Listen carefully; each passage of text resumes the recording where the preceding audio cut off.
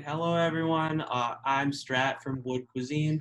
I'm here with Campus Food Shed to talk a little bit more about food insecurity on campus. First, I just wanted to introduce myself and let everyone introduce themselves. My name is Stratford Vanlick. I'm the Associate Director of Education for WUD Cuisine this year, and I just started this position and I'm looking to learn a lot more. You guys want to introduce yourselves? Sure, I'll go ahead.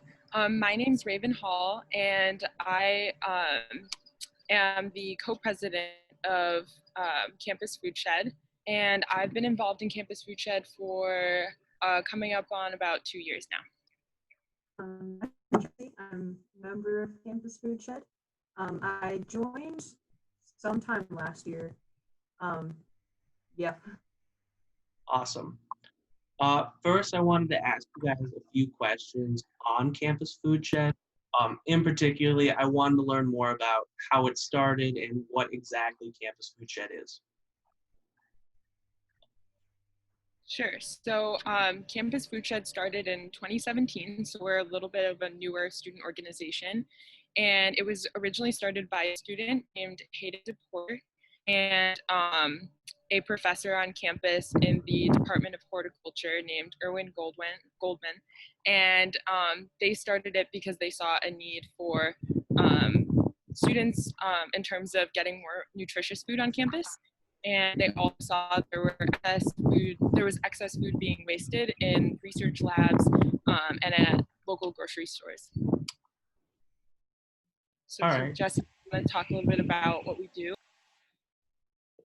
Yeah, so one of the goals is to address food insecurity on campus. Another really big goal is to address food waste. So in the US, about like 30 to 40% of our food is actually wasted, and a lot of that is fruits and vegetables because it goes bad so quickly. So we generally take produce and sometimes other types of food like bread from Madison Fresh Market. And a lot of that, like, not necessarily stuff that's going bad. It's usually just when fresh gets in, like new shipments, and then they need room to fill up their shelves. So in a lot of grocery stores, that stuff would just go to waste. So we started putting it in a campus fridge in the student activity center. Volunteers for quarantine would go a few times a week and transfer that food over. Wow, that's really interesting. I didn't realize the number was so high on the amount of produce. You said 30 to 40%. I think that's really awesome. And that's Working to reduce that number and get student produce on campus. I was wondering now if you could tell me a little bit more about your community partners. You said you worked with Fresh and how that started. So the original connection was with the horticulture department. So originally, I believe we were just getting produce from research labs on campus.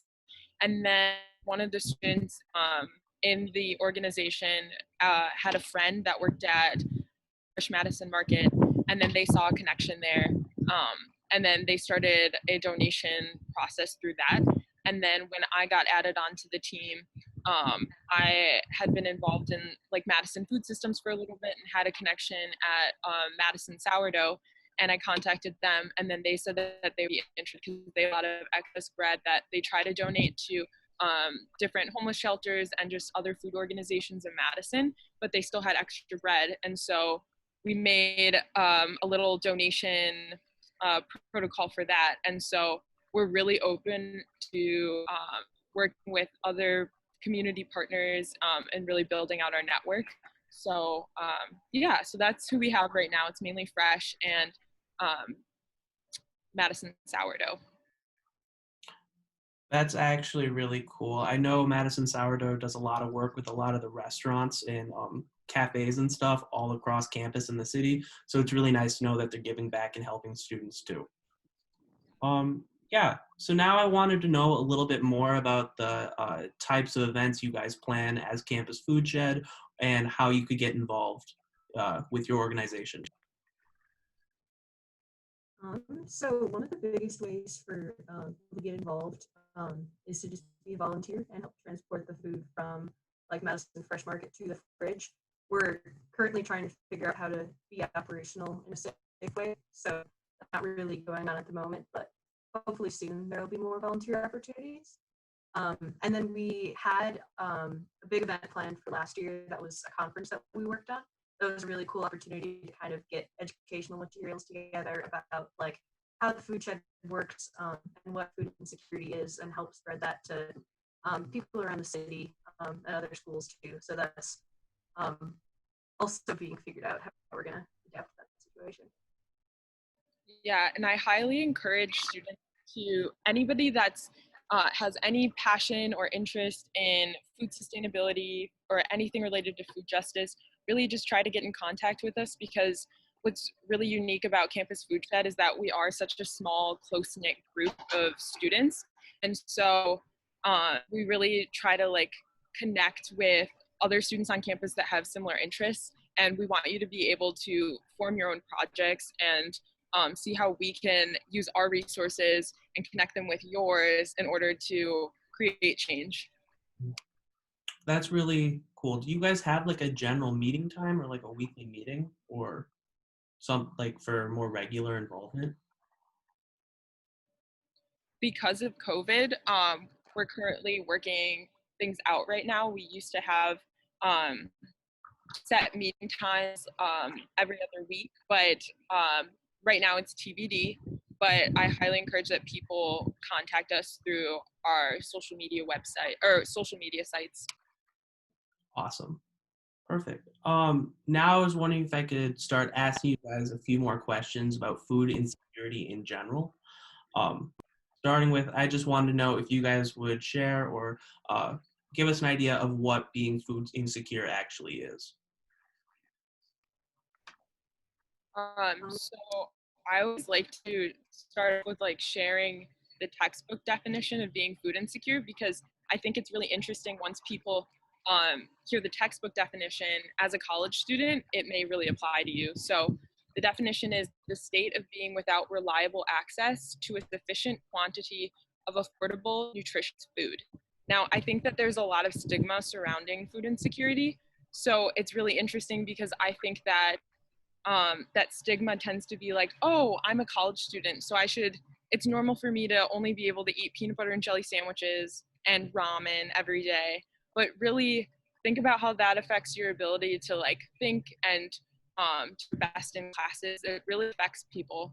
And so it's just like something to think about, because I think a lot of college students don't think they're food insecure when they do qualify as being food insecure. And I guess another dimension to that is it's like it can be income related, but it's not always income related. Like some locations that are more like closer to a food desert might not really have like grocery stores that are nearby that have fresh produce, things like that. So they can look like a lot of different things.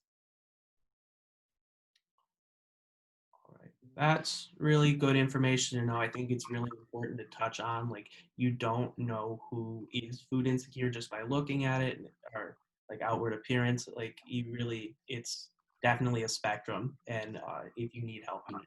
So I think that's really important to touch on. Um, I was wondering if you guys could speak a little bit more about the resources available to students and community members of the Madison area.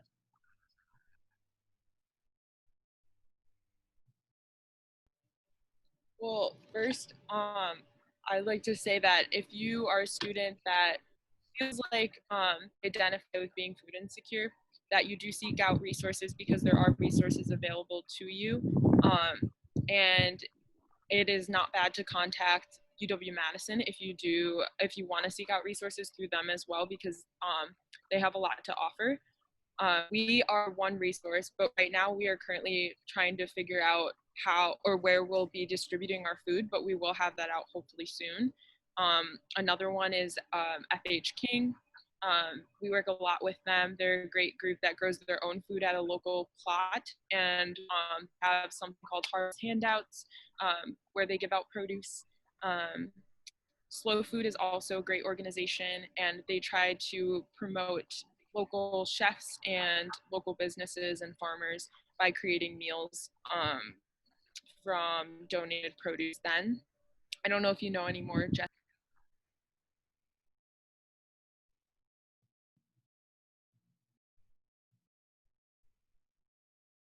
Yeah.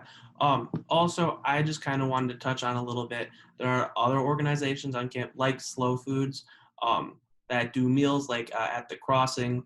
I think that's at Grace Lutheran Church. They do meals a couple of times throughout the week. That's really important. Also, in the description of this video, I'm going to be including a brief resource guide that flashes out a little bit more options for students. One, for access to food pantries across the Madison area, and then other meals and government assistance programs that students sometimes are eligible for. Yeah. Um, Now, I guess just more in general, I was wondering if you guys would share um, like a piece of advice that you'd give to students who are food insecure or are transitioning to college life. What's the best advice that you think you could give them? Yeah, like Raven said earlier, definitely reach out for resources. I know it can be kind of intimidating to do that, especially if you're just starting college or if you're moving to a new atmosphere. Yes, definitely reach out to the university, and yeah, make sure you're making time to be making healthy choices too. I know that's something that like a lot of students are susceptible to, is getting really stressed out with schoolwork and everything and not really paying much attention to food. So just when you can, try to make sure to like actively be putting thought into what you're eating to help heal yourself. I totally agree.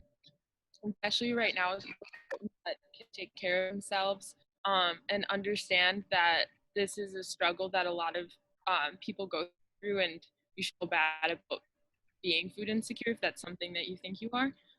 And we don't like to call people out and say you're food insecure. We don't like to group people in our organization. We like to say, like, if you self-identify as being food insecure, then we want to be able to help you if we can.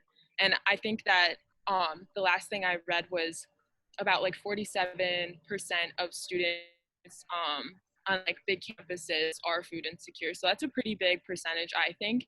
And if you are part of the like any minority community, the BIPOC community, you're 3 times more as likely to be food insecure. So that's something to think about too. Thank you. I think that was really good advice. Helping connect students to resources, making sure it's okay to reach out and let others know that you are struggling, that you're looking for assistance. So yeah, um, thank you both for your time today. I really appreciated talking to you guys and getting to know more about the climate, campus climate, about food insecurity, and definitely about Campus Food Shed. If you guys want to share your social media information or how to best reach out to you guys, that would be great. I'll include it all in the description of the video. But yeah, I'm just really appreciative of your guys' time and willingness to work with me. Thank you so much, Strat. I can't talk.